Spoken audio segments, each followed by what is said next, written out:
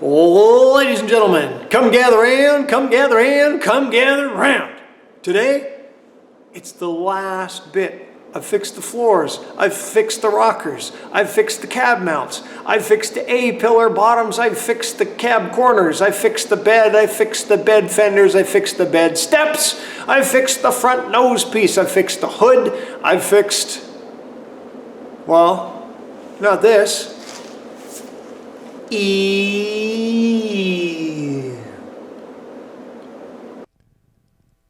Oh my gosh, it's the excitement of peeling off all the undercoating. Again. However, this comes off pretty good. Heat gun, putty knife, various screwdrivers, whatever you can to get in there. You can see a little bit of a silver flange on the fender, and that was to bolt this to the wheel arches that I fabricated to kind of replace the bolts that got cut off when I made this thing clearance to fit the wheels. See the link above for how I modified the suspension to have full steering left and right when this thing is aired out and sitting on the ground. So you could theoretically drive this a quarter inch off the ground. Not that you want to, but you could.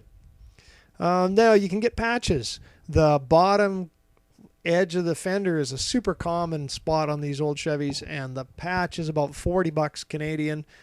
A real metalsmith could probably fabricate them, but for 40 bucks, man, just buy them. The interesting part is the rust on these fenders is bigger than the patch. I can buy a back half of a fender for like 160 bucks US, or I can buy a whole freaking fender for 350 bucks. How about no? So I got the ordinary little patch plus a replacement brace for the inside. Try to fit it up to as best a fit as I possibly can. TIG weld. My hope is to do TIG with zero filler, so it's the least amount of bead. And in this case, I had to make an extra little patch extension on the top, which is just out of 18 gauge flat steel. My kid in the background here is actually making a 1/24 scale model of a 65 Chevy C10. How cool is that? So, taking it, planishing it, and my theory on this, my take on it is I'm going to make the fender, fix the fender rust, and then curve and fit the brace to fit whatever the fender did. In theory, you kind of want to have the curve of the fender match the curve of the door, but stuff moves, and hammering it and shaping it and plenishing it, it all goes whatever way wonky. So I just went for it and hoped for the best. I don't remember what the brand of these patches are. It might be Countermark. It might be something else. I don't remember. It got it from my supplier. Second fender, scraping all the undercoat. You can see it's still got some decent. That undercoating did a pretty good job of protecting things, except where the brace was, because there was likely no paint and no primer underneath that brace. So it collects grime, holds moisture, and then rots its way to freedom. Rust, good times. Anyways, this side, marking out where it's going to go, and then slicing off the folded over seam, and then the same kind of thing. Clean her all up. I sandblasted it, just the areas where I knew I was going to weld. Probably was at inclement weather day, so that's why I didn't blast the whole thing. I don't really remember. This side was not too bad. I don't remember if I had to do an extra patch or not. I think I probably did, because it ended up being a little thin. We'll find out in a moment. Actually, now that I think of it, I'm pretty sure I did. So, TIGged, because TIG welds are the most malleable. Oxyacetylene is malleable too, but you get with a big heat affected zone where you can be a little more pinpoint with a TIG torch. So, plenishing and trying to get the shape the way I needed it to be. A lot of smacking and discovering things didn't have the same kind of curve.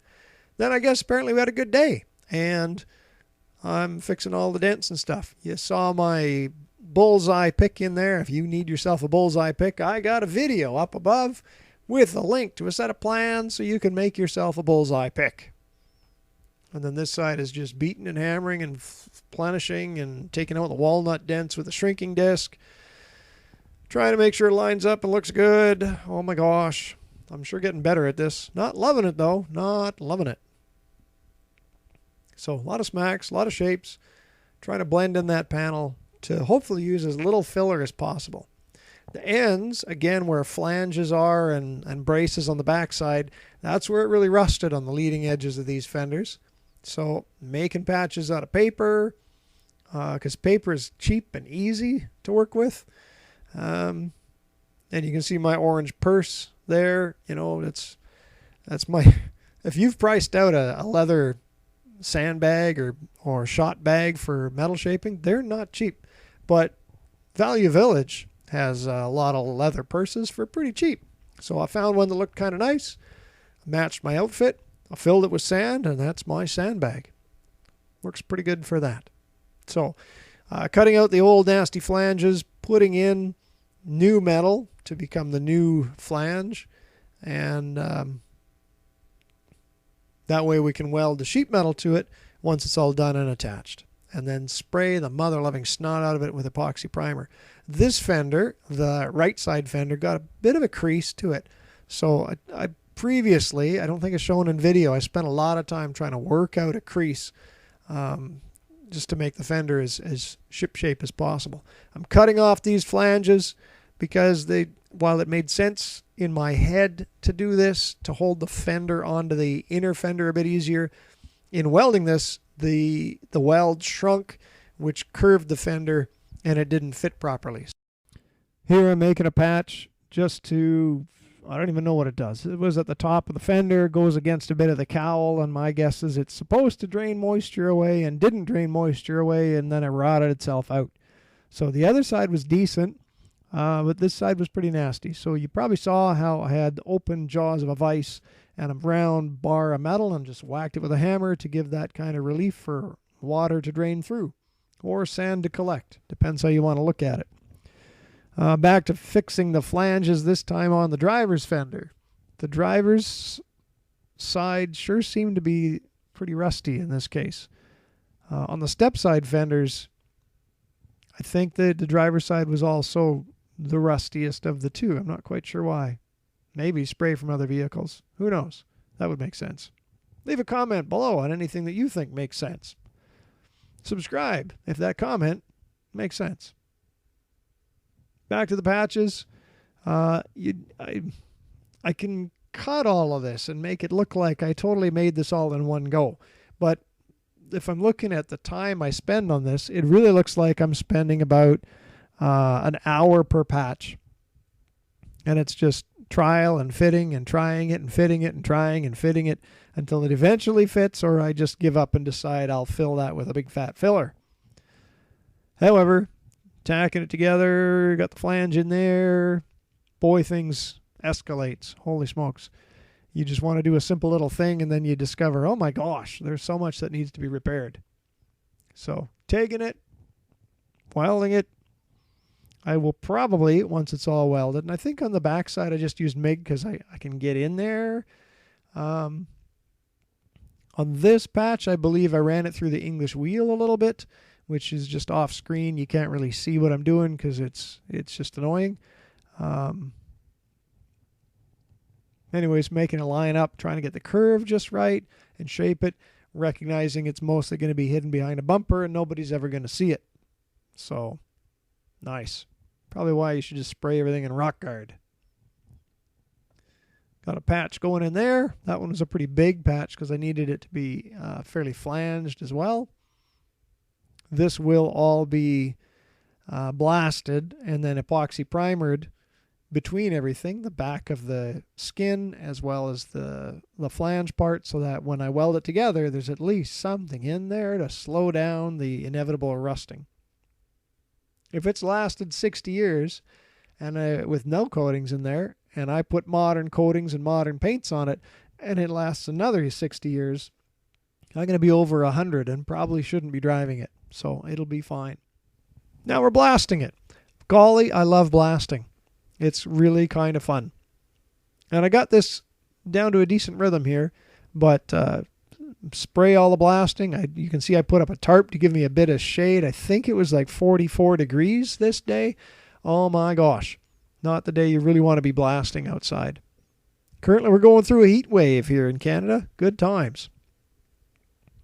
So blasting it all, getting it nice and gorgeous, And then I think I hose it down with some black paint, which I probably didn't record.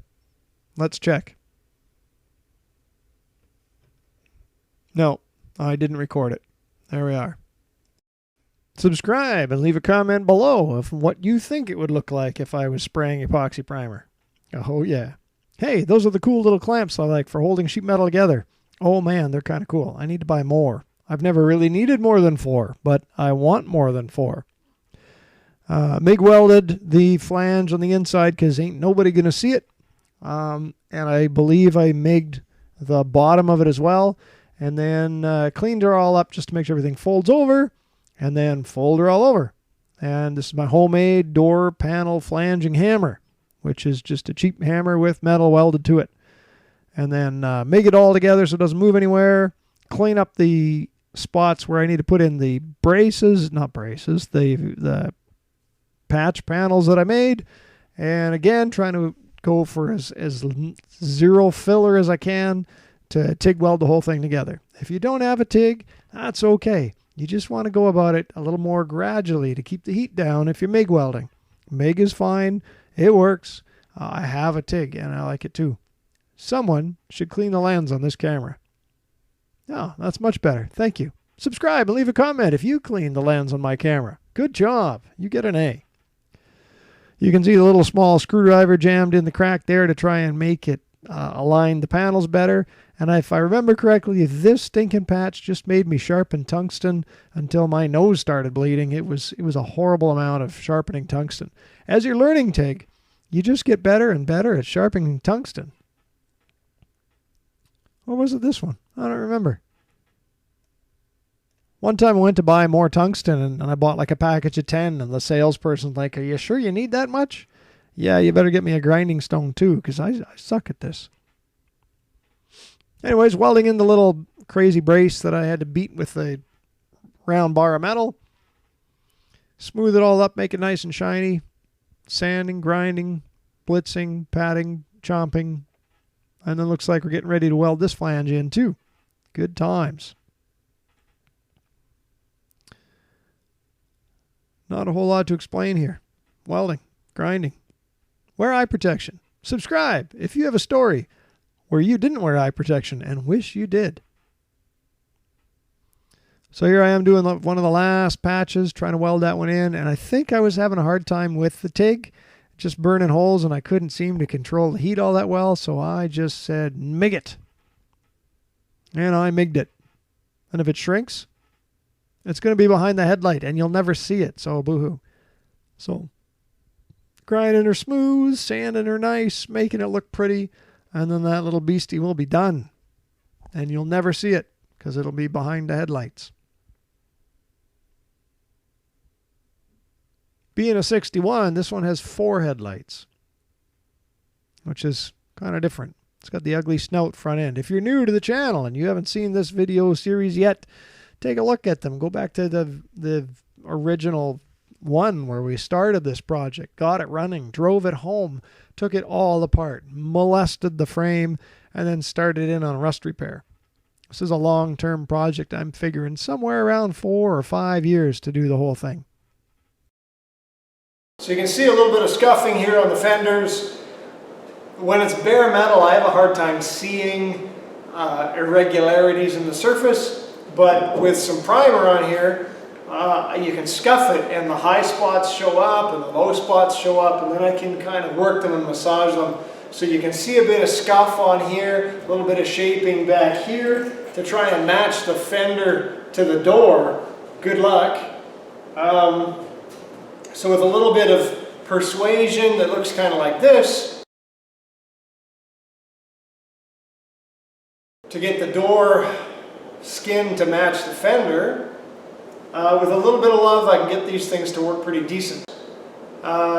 Next would be blasting and primering the inside of the engine bay, pulling the cab off, blasting and primering the cab and fixing whatever rust shows up in there, and then stripping the frame down, blasting the frame, and priming the frame.